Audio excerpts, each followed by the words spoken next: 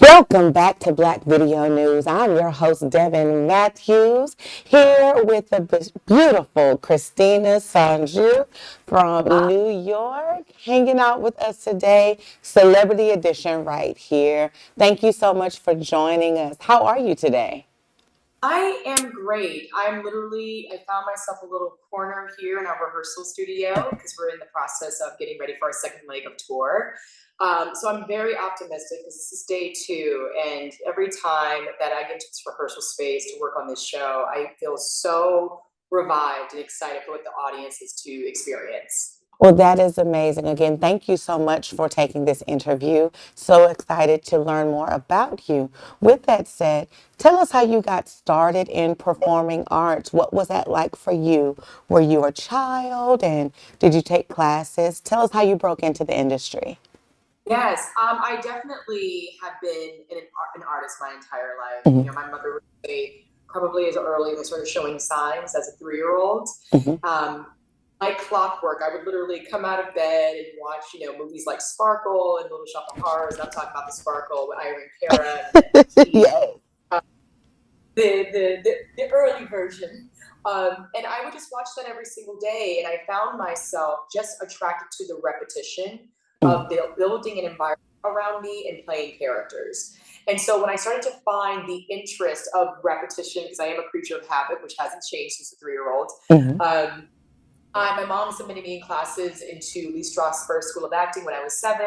And then I'm from New York City, born and raised. And so I also went to art school around here, Harlem School of the Arts, Dance Theater of Harlem, as well as LaGuardia High School. And then I also went to NYU Tisch School of the Arts. So my whole life has been enthralled in the arts.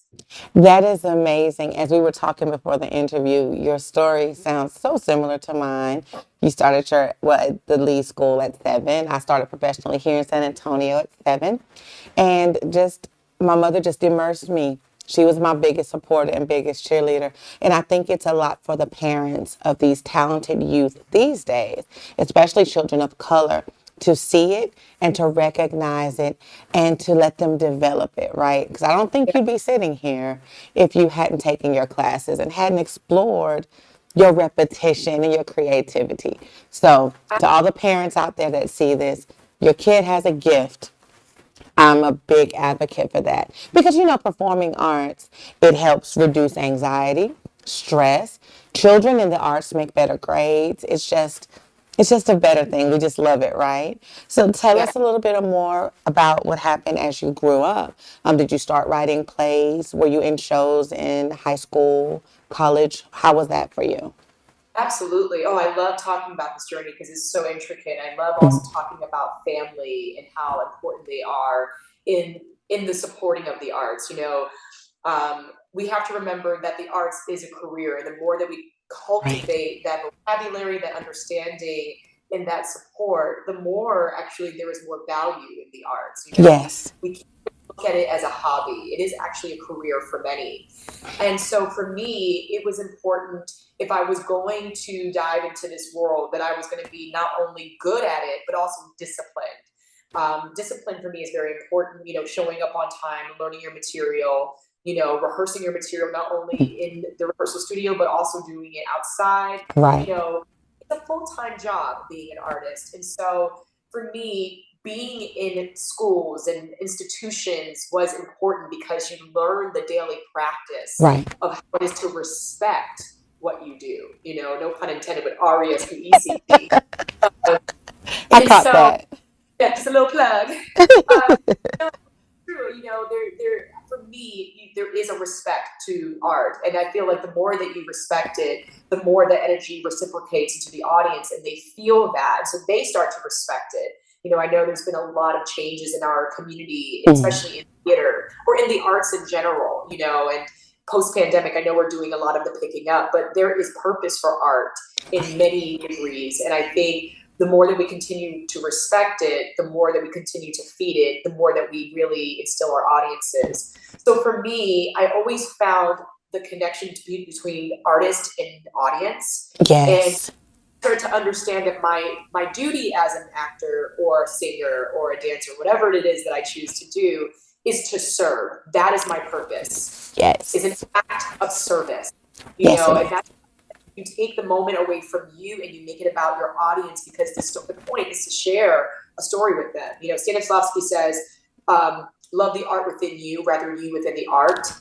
So thinking about the involvement of my career that always stuck with me, because it allowed me to say yes to things I wouldn't say yes to. Right. It allowed me to say no to things that didn't serve me either. It allowed myself to hold myself accountable. So anything that I chose was purposeful. That is amazing. I just resonate so heavily with you. You have such a beautiful spirit. And in saying that, we were discussing before about transitioning from an artisan, and you have a very impressive resume. You've been on Netflix, you've done SpongeBob, Jesus Christ Superstar, TV, film, live theater. For you as a person and as a Black woman, how has it been as an adult? How do you navigate personal relationships? I shared with you that I just launched my own production company, Art Noir, here in San Antonio. I'm married, and it was a lot. It was a lot for my husband. It was time consuming. It was, putting myself in a position that I was afraid to be in, but to step out on faith so that my community can see us represented on stage. What responsibility do you feel? Do you make time for family and friends, relationships? How do you balance the two? And that's a personal question for me because I love that question. That's why I didn't get into it. I was like, this is getting good. Yes. That for me, especially at this age, in this stage in my life, has become more crystal clear, because, I have spent majority of the early parts of my career primarily focused on the building of it all. You go from one show to the other. You get one Broadway show, and then you're eager to get the next thing. And then after you've done like 5, you're like, well, when am I going to do TV? And then you focus on TV, and then you pray for a film, and then you're like, hey, but then what's next? What's next? right. What's next? And I feel like where I am in my career, what the beautiful thing about the pandemic for me on an artistic level is that it allowed me to sit and really try to reevaluate my worth, and I started to feel that my worth was broader than just being an actor, than just being an actor. It's like, I actually want to instill the optimism, whatever optimism I have left, the world is shutting down. I want to be able to share that, because it also is a reciprocal process, because you never know how your light can really kind of, illuminate someone else's, and I felt this need as a person who loves service to kind of search for that in various places. And how can I take the little bit of a light that I have in a world of pain? How can I try to reach others with that? So then I started teaching during the pandemic, and on Zoom, and then I found myself being asked to direct things. And then suddenly my world just took a shift from being artist to director. Now here's the beauty in acting and being a director, is that for me, you discover there's not really much of a difference except how you take the room. Actors are oftentimes obedient to a process, to what their leader or, the person in the room's taking space is saying. But here's the beauty, is that actors, I sometimes think are the most informed artists in the room. We understand the characters. We live inside the body of the characters. We sometimes create the costumes, the way they walk, the way they talk. So if we can do that with a character, why can't we do that with the whole story? And so for me, it was connecting the dots that there's actually no difference, except it's a broader experience. So when I go see shows now, I'm not only seeing the acting, I'm seeing how the audience responds to the performances. I see the story as a bigger picture. I see how the lights are moving on stage. I try to watch how the set is moving on stage, how everything is built in a relationship to tell a story to help an audience. So everything in my life has actually brought me to this point, because selfishly, unselfishly, you have to try to kind of choose a path for you that's going to work. And once you find yourself choosing, then you make space for the relationships that you deserve to have. Building more relationship and communication with family. When you have more clarity, you have more space. And although this is a very tricky place for me because I feel like I'm in the rough and tumble of it all, because it's still beginning stages of a new life, or the expansion of one, I'm making space, choosing to make space for the things that matter in my life, which is family, which is building relationships with my friends, which is making space for me. Because that's something that we don't do as artists. We always are doing it. Really, we get to do this. Yep. That is very true. That is beautiful. Thank you for sharing that with us. I often tell, like, sometimes there are people who are just starting their acting journey in their 30s or 40s or 50s. You find yourself in casts sometimes of different levels. And one thing I like to tell them before opening night is audiences have personalities. Audiences have personalities. You get that audience that is dry. They say nothing. They don't clap. They don't, give you any energy back. But when they see you out after, they're like, oh my God, we love the show. It was amazing.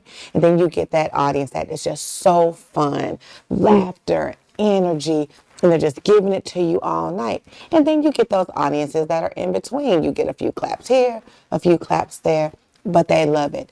And I just like to try to explain for us as thespians and as artists that I had to stop as I grew up relying on the audience's response to feed my ego or to feed my validation of my performance. That it wasn't that. That doesn't mean that. You go out, you give 110, 150. You bring that character to life. You eat, breathe those things. And that's what's most important to me. I go around these younger actors and I say, I study Stanislavski. I'm a method actor. They're like, you know, we do all the other new stuff. And I'm like, that's just what I do. I ask myself, what does my character eat? How does my character speak? What does my character wear?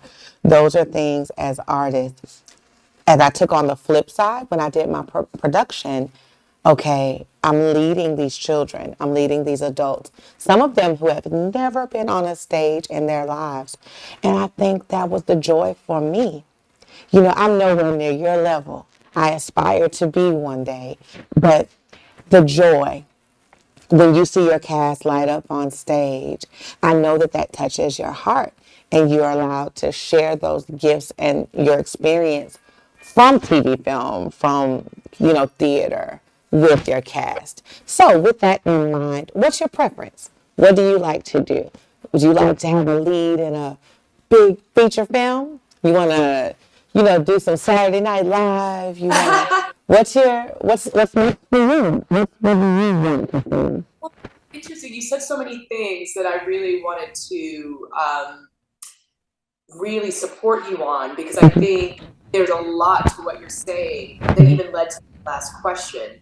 So what is also important, that audience interaction you're talking about, the validation or lack of validation, that was one of the things I had to learn to ignore as long as I was staying authentic in the space that was created.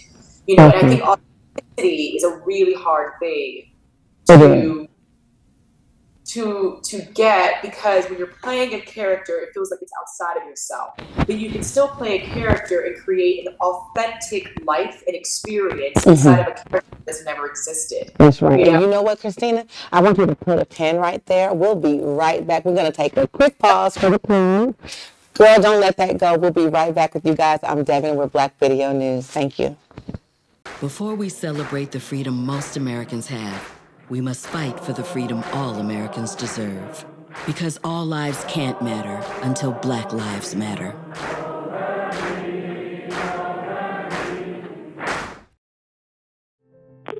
Hello, this is Cornell. This is Terry. This is Rosemary with Frost Bank.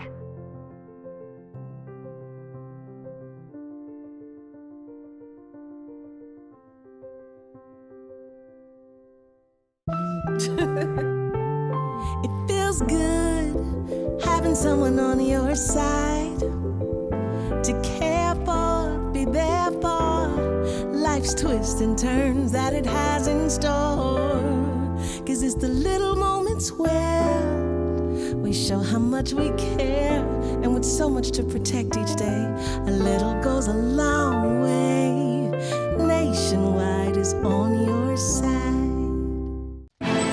Nothing to do this week? Don't miss another event. Go to blacksinsanantonio.com for our event calendar. The home of the largest business directory in San Antonio with an African American focus. Sign up today for our weekly e-blast and text message alerts. Help us make this a better community. Connect, empower, grow.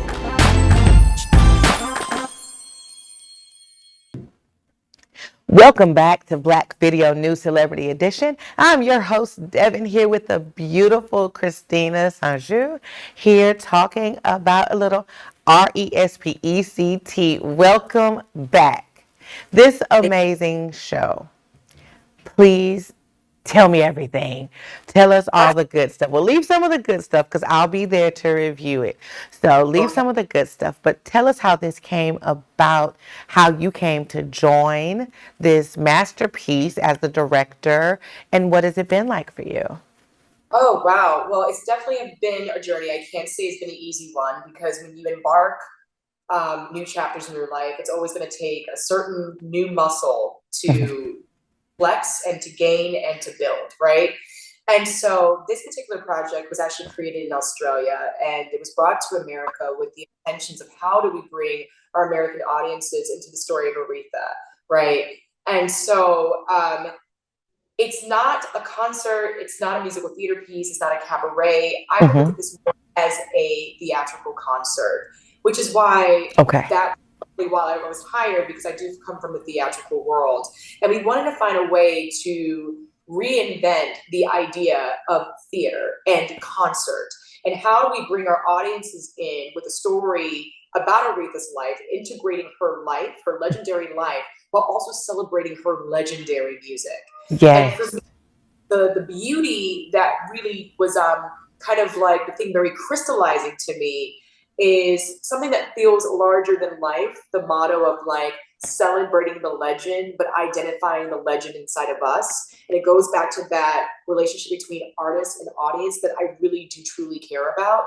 And I figured it's a beautiful way of integrating this very beautiful story about really a woman. Not only was she a queen of soul, but at the end of the day, in the privacy of her own home, she was a woman. She was a Black woman. Yes. You know, and she also came with her triumphs, her trials, things that challenged her life, but it also are the things that helped propel her at the same time. And so when you hear the story of Aretha, it also reminds you how you can overcome your adversities and all your trials and tribulations as well. And identify the legend with that inside of you, so that way you can understand that leveling the playing field is what makes us all not only unique, but in some ways the same. That is amazing and so very true. Thank you for sharing that with us. So as we discussed a little bit earlier, you have a very impressive resume coming from primarily an artistic and an acting background, theater, TV, film, and just doing all these amazing shows. So tell us what it was like when you transitioned. How did you go after this directorial position, or was it presented to you? And tell us what that has been like, and tell us a little bit about your cast. Oh, yes. Okay. So as an actor, I started to notice that a lot of the relationships that I was building inside of the theater world, especially if you're part of a lot of developmental process, as in workshops, labs, and readings, which is oftentimes the beginning embryonic stages of most pieces. You sometimes, and this is not a dig, but you can walk down the street and you might have worked on a piece 10 years ago, but you're not in that show now because it's Broadway and it has like, various other incarnations that don't involve you. But sometimes you can look at that marquee and say, wow, somewhere in there, my DNA is in there, and then you start to realize like our contributions as artists is bigger than sometimes that we allow to give ourselves credit for. So one of the beautiful things is that I was given the opportunity by directors who actually were offering me the opportunity to work aside next to them as an associate. And so this came to me from a producer who actually seen me as an actor and was intrigued of what I can do as a director. And so I have to say the transition has not been easy because like I said, every new thing comes a newer responsibility, Right. a new muscle to flex. I did study directing in college, so it wasn't unfamiliar to me, but what Right. was unfamiliar was this particular piece because it's so different than anything I'd actually ever done Mhm. as an actor. So the beautiful thing is with our artists is that we give them the opportunity to really play themselves on stage. Mm. And beautiful artists who have such integrity in delivering the story with the integrity of celebrating the Queen of Soul and also involving the audience into the storytelling so that way they feel like they're part of this touring family. Every show is designed specifically for the state, the city that we are in. Mm. So there's a celebration and a recognition of where we're at. So that way that particular city feels like it's a personal experience of how they're going to be dictated the story.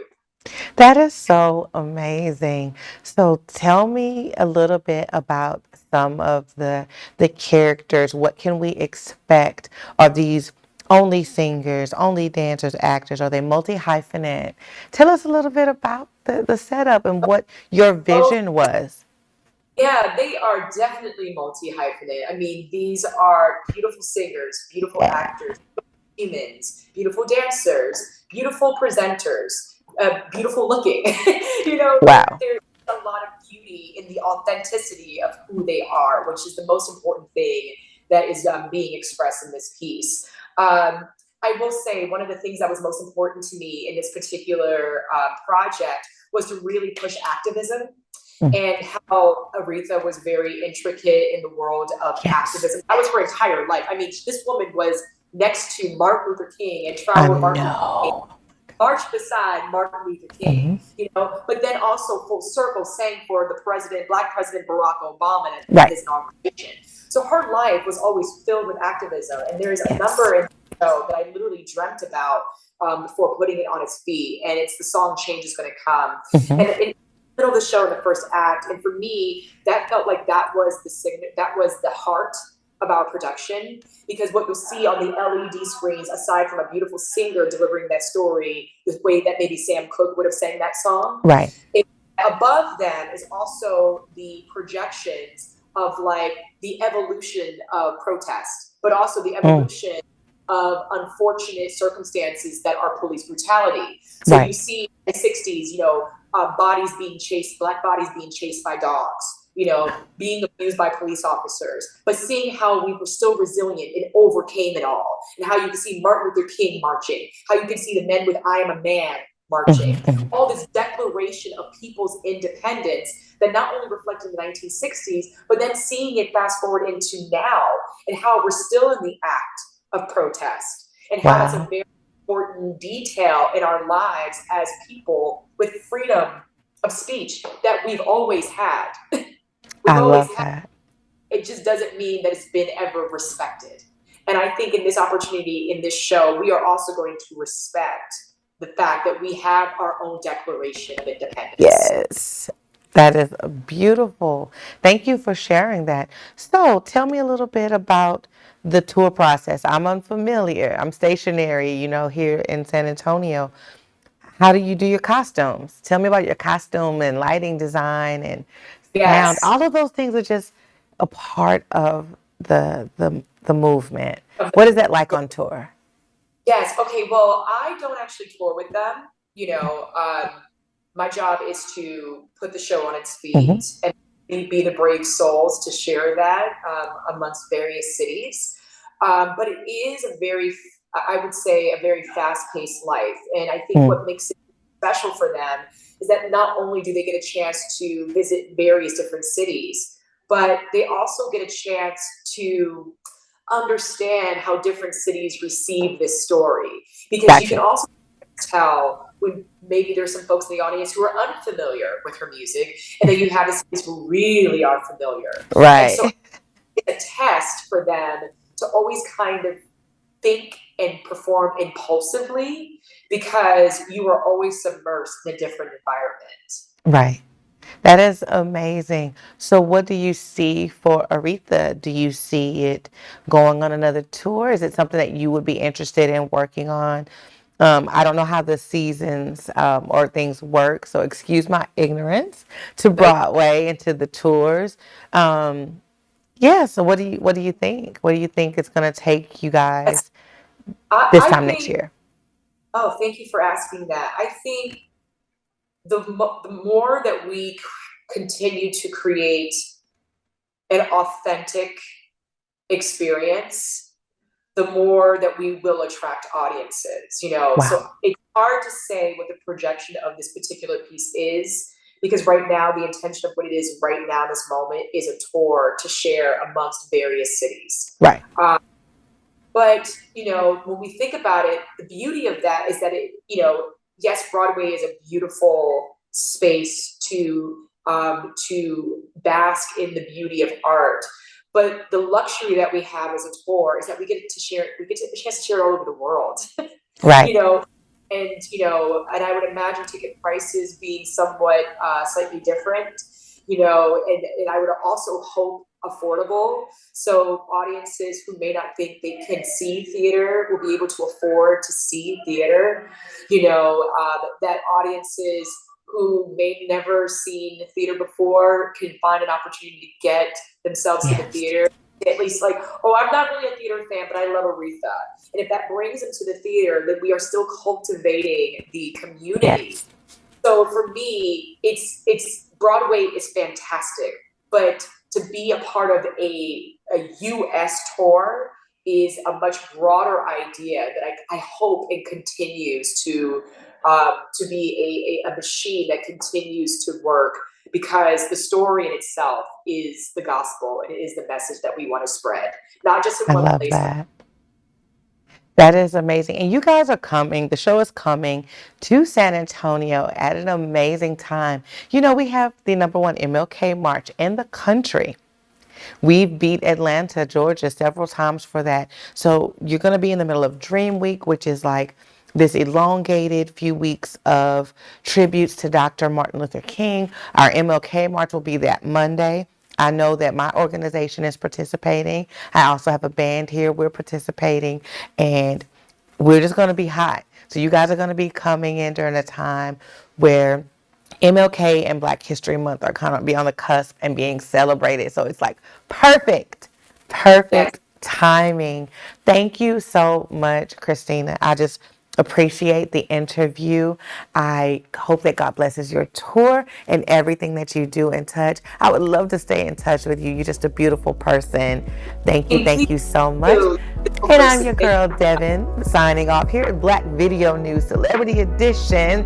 Aretha, a little R.E.S.P.E.C.T. Get your tickets now. The show will be at the Majestic on January 21st, right here in the Alamo City. Thank you so much, and bye-bye.